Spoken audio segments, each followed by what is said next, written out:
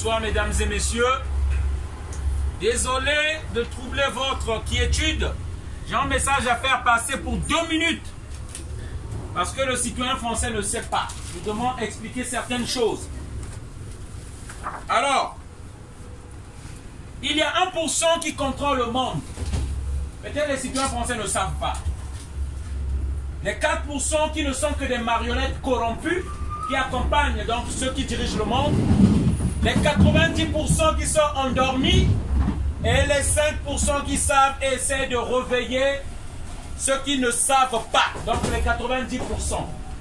Je viens ici au nom de l'Afrique qui souffre. L'Afrique, c'est un continent qui fait vivre la France. Beaucoup de citoyens français ne savent pas ça. Que nous travaillons ici grâce aux produits de l'Afrique. Pourquoi je le dis? Je vais donner des preuves.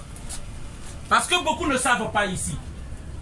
L'immigration est organisée dans ce pays-là. On ne peut pas créer des guerres quelque part et se sentir heureux comme dans un aquarium que personne ne va nous déranger ici. Les Africains, comme nous autres, nous immigrons, comme dans ce bateau-là. Nous venons ici, ils vont venir. Même ceux qui sont torturés en Libye. On a un ami, on a tiré sur lui au genou, malgré les difficultés, il est arrivé. Ils vont encore continuer à arriver. Et nous souhaitons qu'on en arrive en masse ici. Pour que la France soit inondée de monde. Pourquoi? Parce que c'est la France qui organise des guerres dans les pays africains. Si le citoyen français ne le sait pas. Et bien sûr, lorsque on sème la colonisation, on sème les guerres, on récolte l'immigration. La France a participé à la guerre en Libye. Nous tous, nous avons vu. Nicolas Sarkozy s'est levé contre Kadhafi. Que dit-on que Kadhafi c'était un dictateur? Un dictateur où il n'y avait pas des impôts de son pays. Un dictateur où tout le monde qui ne travaillait pas avait le RSA. Un dictateur où dès que tu venais d'accoucher, tu as 5 000 $. Un dictateur où les bourses d'études étaient gratuites même à l'étranger. Où les maisons étaient construites pour des nouveaux couples. Ce n'est pas la France qui avait le meilleur système social, c'est la Libye. Si vous ne le savez pas. Mais on a détruit la Libye, dit-on au nom de la démocratie. Et aujourd'hui, la Libye est devenue comme un enfer. On tue, on torture, il n'y a plus de paix là-bas. C'est ça ce que fait l'Occident. Détruire les pays des autres, comme ils ont détruit mon pays, c'est pourquoi je suis venu ici. Je parle parce que je suis une victime. Je suis une victime des guerres françaises. Au Congo-Brazzaville, en 1997, vous pouvez voir ça sur Internet. La France a organisé une guerre contre un président démocratiquement élu dont il ne voulait pas. Parce que la France veut des présidents soumis.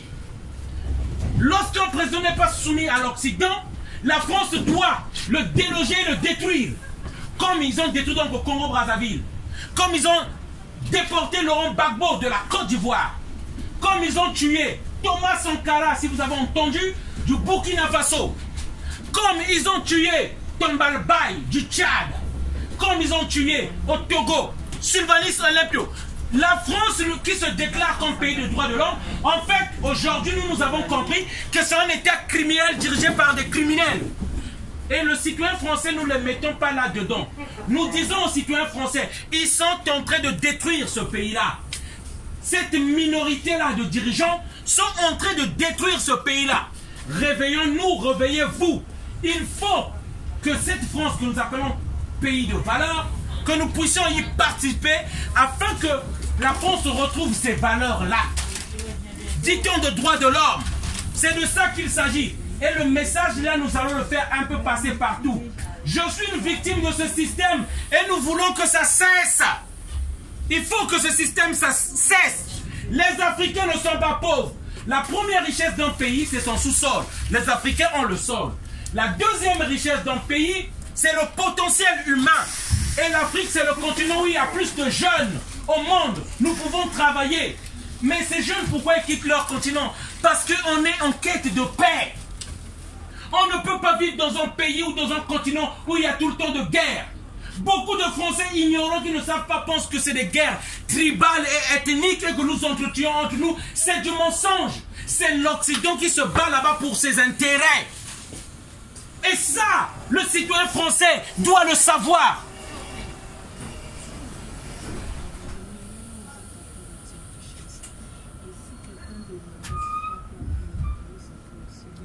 C'est pas grave, on n'a pas peur de la police, ne vous inquiétez pas. On va faire passer le message.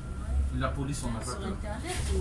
On fait sur Internet, mais ici, les Français ne sont pas dans notre réseau. Le citoyen français n'est pas dans notre réseau. C'est pourquoi nous devons dire ici, il y a des Français qui filment. Vous inquiétez pas. Vous inquiétez pas. Il y a des Français qui filment. Nous, c'est ça le but.